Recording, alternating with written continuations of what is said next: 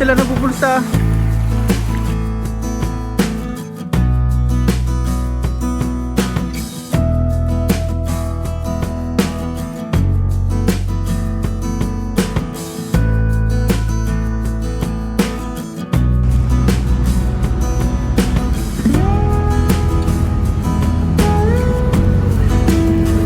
Ayun, panibagong araw, panibagong fishing adventure mga kasang.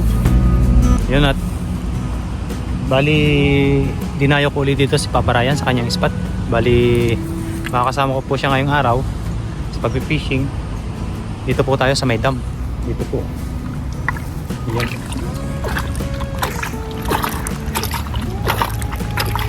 Marami po dito tilapia. Yan po mga kahasang. Tingnan nyo naman. Isumpo natin. Oh, grabe naman yan. Oh, diyan lang sa gilid.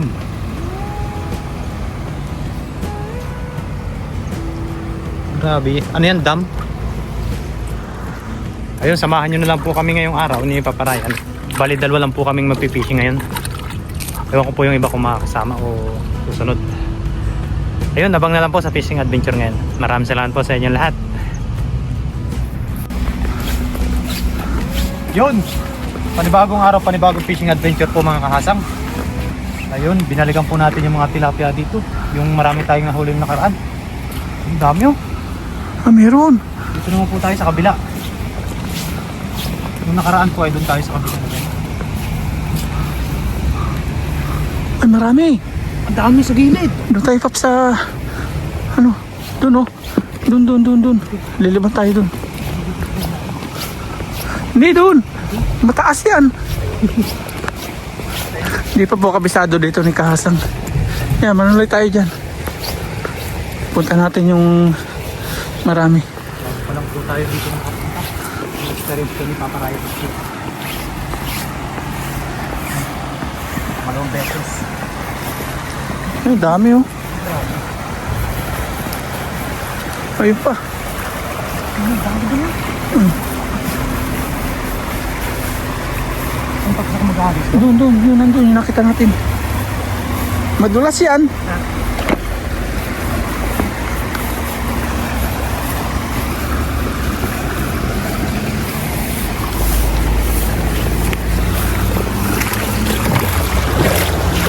Yun o, yung punong yun. Ah, doon ikaw magtanggal ano? Taas no? Oo. Iwanan natin dito yung ano, timba. May ano dito, cage ah. May cage.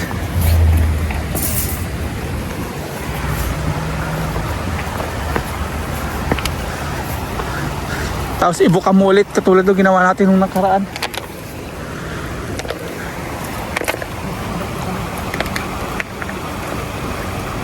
Ah, binasa mo na para hindi maano.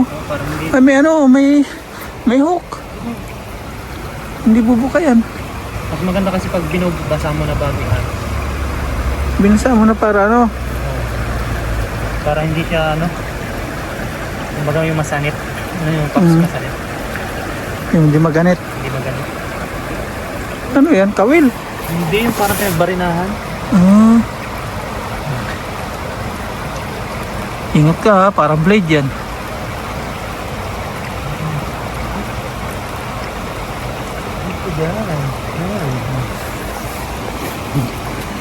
Yun.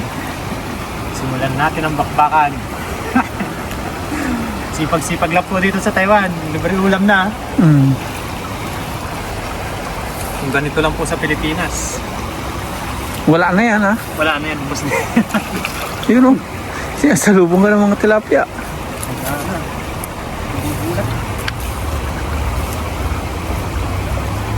Pops. Yung pinto dito sa huli ha. Doon yung marami. Madulas yan, Paps. Ayun oh. Ay, sinasalubong ka na oh. Oh. Yan sa gilid oh. Kasi bubuk kami yung lambat. Yan ah. Doon pa. Hindi mabot yan. Yan. Sige Paps. Sa gilid ha, gilid. Yun, sa pool. Sumabit Paps. Ibuka mo Paps sa loob. Buka mo. Oops. Buka mo, buka. Buka. Buka, buka. Buka, Paps. Nasa loob sila. Sige. Oh, buka. Mabigat po. Gawa ng mga tilapia. Mabigat. Mabigat sila. Mabigat, Paps. Mabigat eh. Dami. Nandito, Paps. Dito tayo. Ayo, dito, Paps. Ito. Buka sa gilid.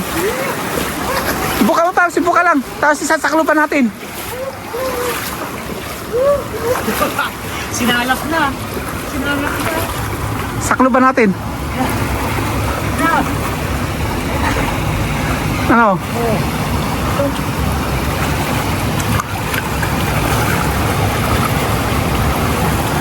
Wala na, oh, saklob. Tingnan nyo mga kasang gamit ng May- mga karami. Nasa labas.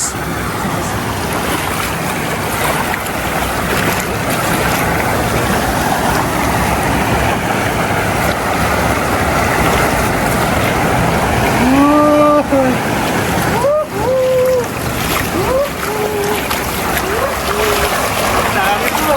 Nakakawala. Dami ko. Dami ko. Oo, nakakawala, oh. Hindi sila nabubulsa. May pa, oh, dami. Taas to. Taas tayo. Wala iba. Nakakawala, Paps. Nakakawala sila, sayang. Sayang eh.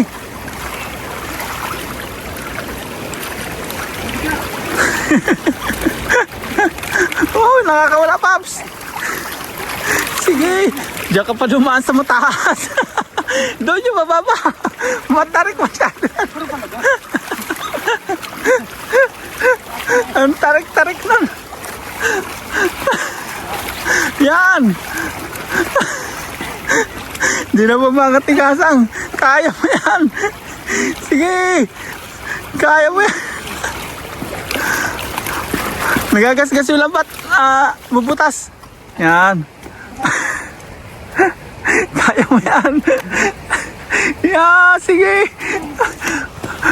Oh. Babs, isa babs. Bigat. Yun po. Tingnan nyo po kung gaano ito karami. Puno na naman ang timba. Tulong na naman po.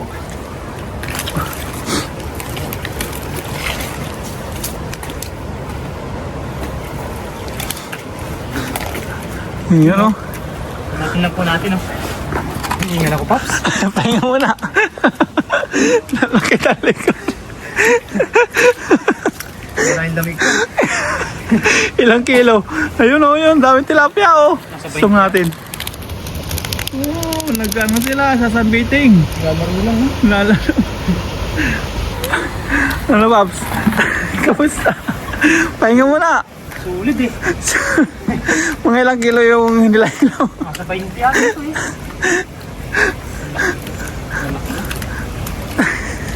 Hindi nga loko, Babs. Ay, tumakbo ka ng napakalayo. Tapos ang gusto mo pakita nyo, ano, napakatarik na. Ano yung babae, hindi ko nakatingin eh. Tingin ako sa tilapia. Ayun o. Meron pa eh, pag binalikan mo, ganyan ulit karami, akit mo ulit. Ah. Tama na to. Wala. Balikan na lang ulit natin sa next. Sa susunod daw. Oo. Susunod. Susunod yung likod ko eh. Pahinga muna. May rapper sign na. Pangit pala to. Nanakit ang likod ko, Paps. Likod ko eh. Oh. Bigat eh. May ingat. Grabe. Pero masaya naman po. Enjoy. Tanggal stress. Kinusto mo yan eh. Nice to. Libre ko lang na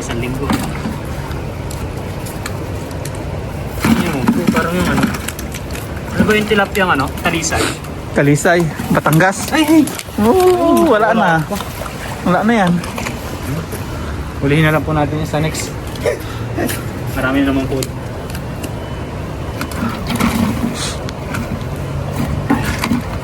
Tilapiyang talisay. Nakaraan po ay isang timba po tayo dito. Kasi isang sako. Ang grabe. Ngayon, sa tiba lang. Ngayon isang timba ay okay Kulang na po pa yata. yung paps. Ha? Okay na paps. Okay na. Mga ano eh. Pagod.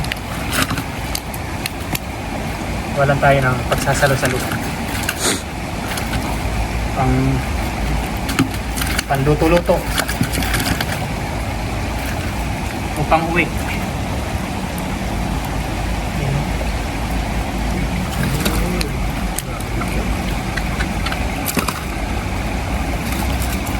Iniisip ko talaga parang wala akong sabrot eh, parang nasa ibang planeta po eh. Planetang. Planetang dilaw. Planetang Nemec. Planetang Nemic. Pilipinas hindi makahuli ng ganyan. Hindi sa palaisdaan. O hindi ka pa nga makahuli ng ganito sa palaisdaan. Pili lang. Pili lang ano. Kasi pag ganyan kalalaki na, harvestin na yan eh. Busy nito. Yung iba kasi, yung sinisisig din ng mga ahas. Hmm. Kaya yung mga palaisdaan doon sa ano, yung mga Pati ahas, kumakain pala ng isda. hindi ko alam kung isang kinakain eh. Lagi kami nakikita ng ano eh, pag hindi sawa, cobra. Yung kasing palaisdaan doon, yung gilid, puro ng bat. Baka mga daga. May baka nga, No. gilid-gilid. Baka doon sila naninira sa may tilapia. Ang isang timba ka man pala. Dami. Meron pa doon. Okay na po yung bats. Ah, Ano yan? meron pa. Yan po. Yun na oh. Okay. Tilapia. Yan, okay na po yan mga kahasang at salamat po kay Papa Ryan ulit sa pa-experience sa Yan, 10 minutes lang. May pang-ulam na ulit. Oh, ganda tilapia dito. Babalikan pa po uli natin yan o sa next na araw po pa. Ah. Pag-prep po ulit tayo. Babalik po tayo ulit kay Papa Ryan. Ayun, let's go po. Sa pagluluto po, abangan nyo na lang po ito. Let's G! Let's G! Yun mga kahasang, nandito na ako sa Dermart. Kasalukuyan po akong nagsasahing. Ayan. Yan po. Hindi ko na po na-videohan yung pagluluto dahil yun nga po, bawal po hindi naman po bawal, kumbaga magulo po dito sa kusina namin, hindi po tayo makapag-video. Kaya pasensya na po at talagang wala po tayong pwesto ng paglulutuan. Ang ginawa ko na lang po ay binigay ko na lang po dun sa mga tropa.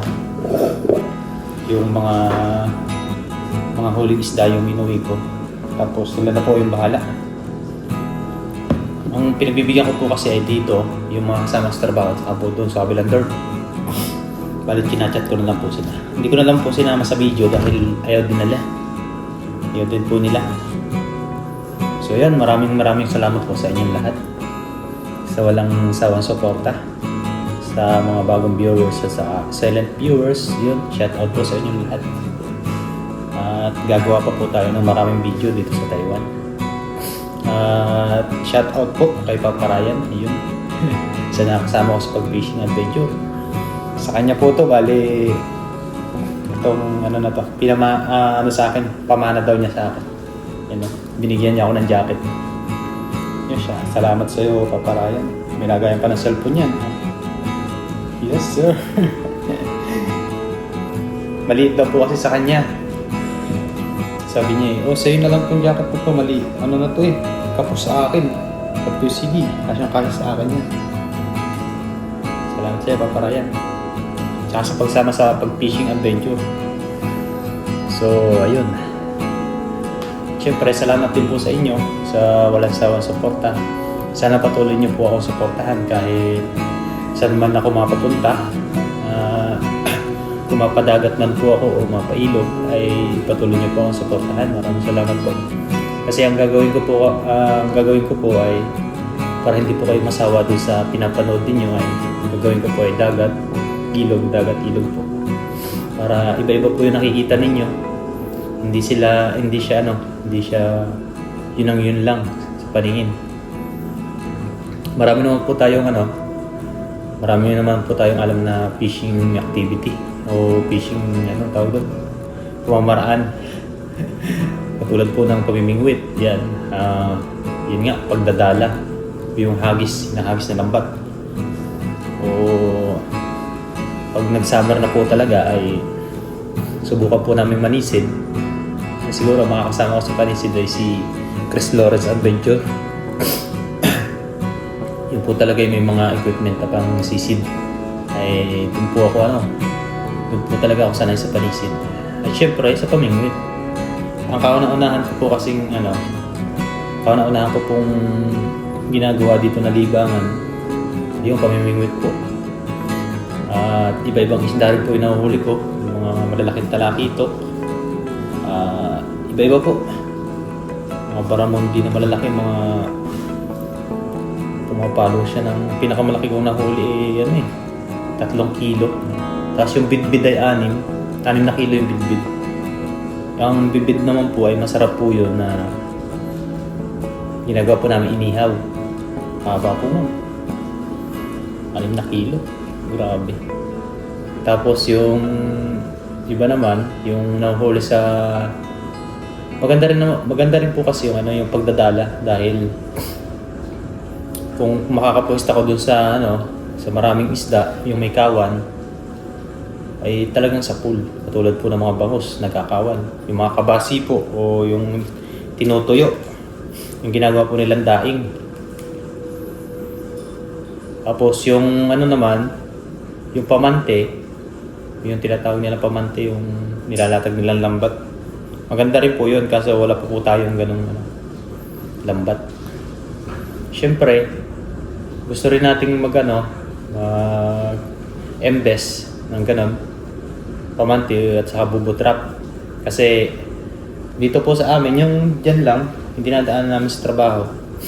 Puro dagat na po kasi yan. Bali, kalapit lang po ng dagat yung company namin.